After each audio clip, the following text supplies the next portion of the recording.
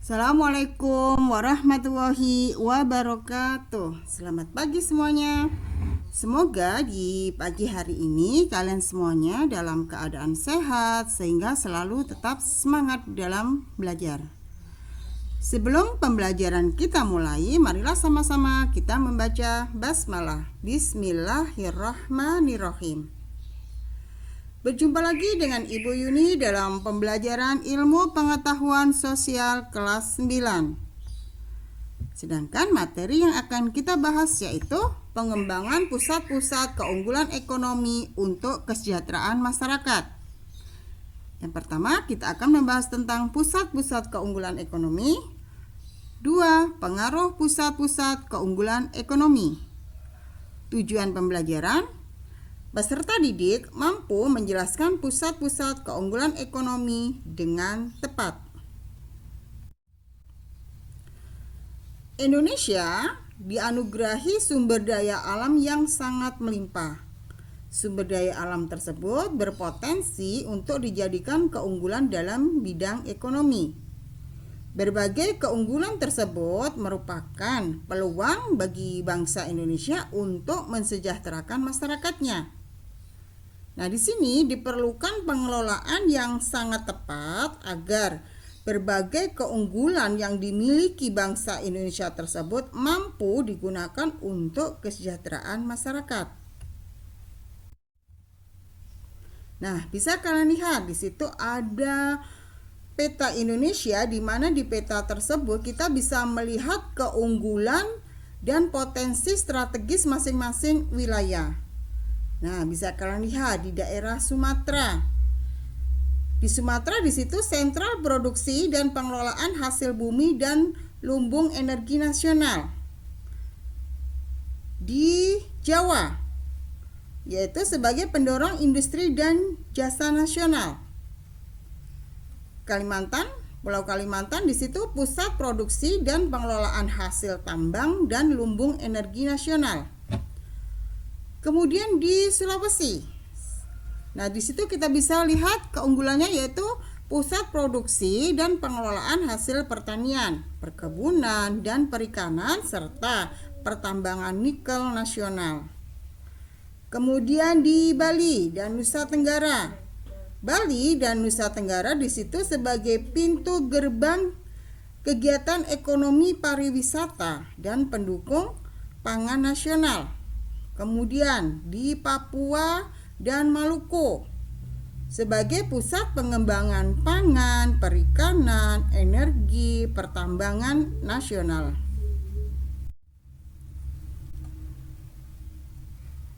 Satu, pusat-pusat keunggulan ekonomi.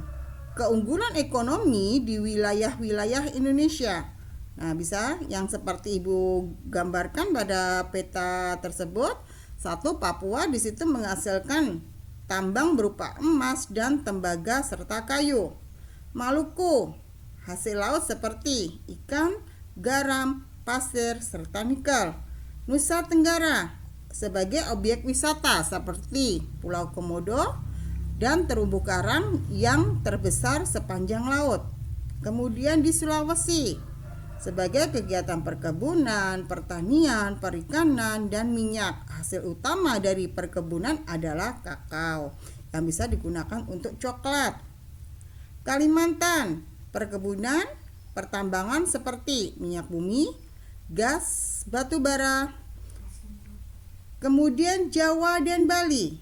Jawa di sini memiliki sumber daya manusia, modal, kewirausahaan, sedangkan Bali memiliki pantai-pantai yang sangat indah yang bisa digunakan untuk kegiatan pariwisata. Sumatera, perkebunan terbesar di dunia, hasil utama adalah karet dan kelapa sawit.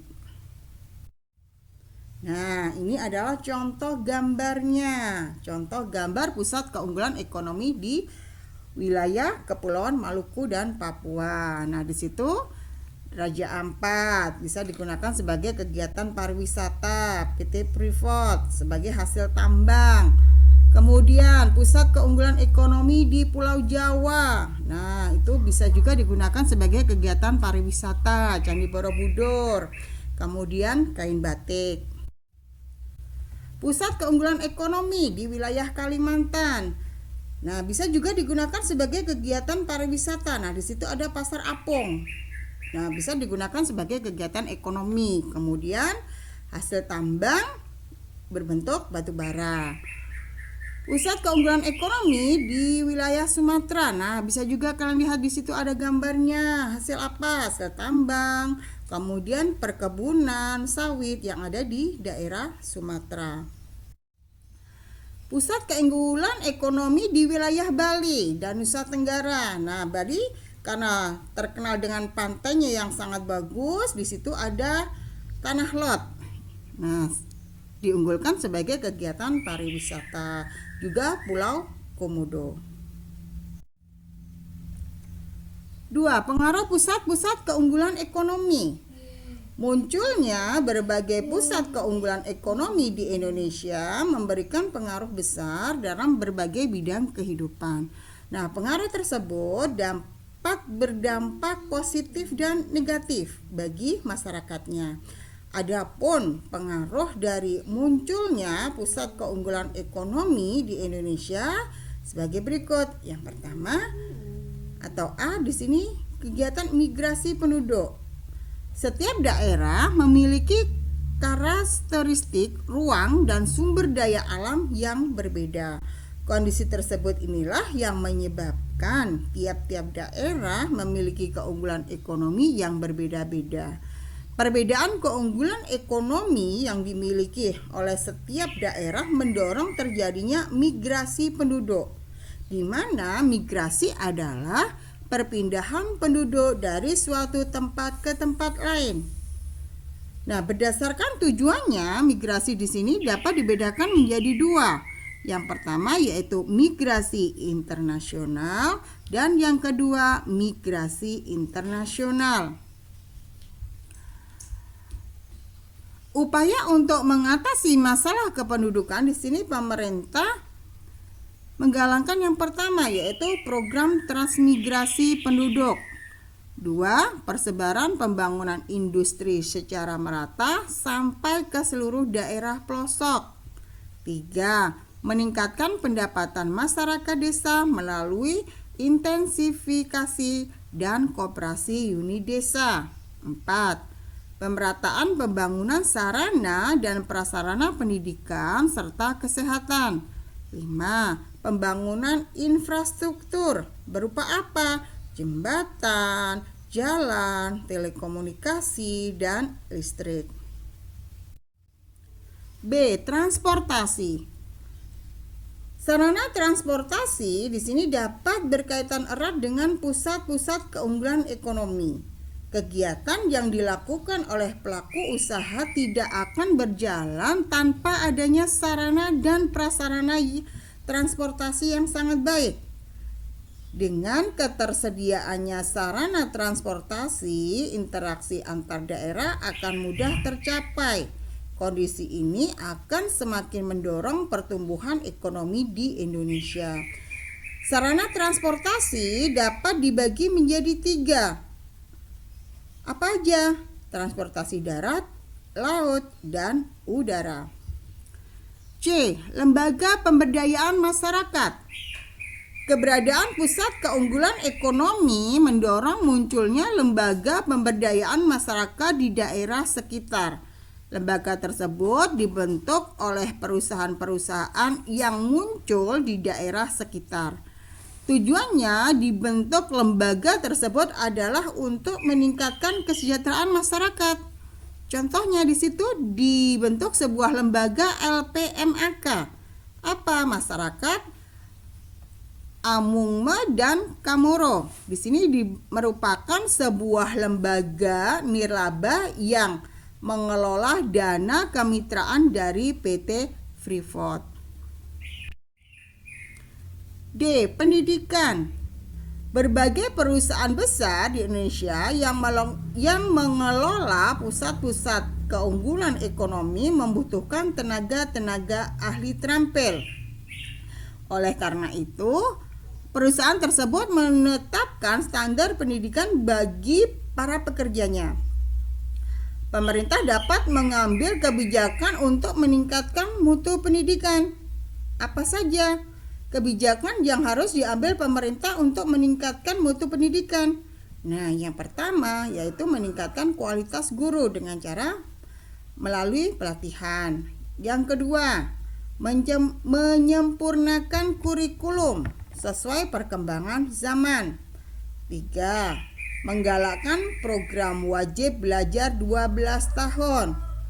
Berarti minimal lulus SMA atau SMK.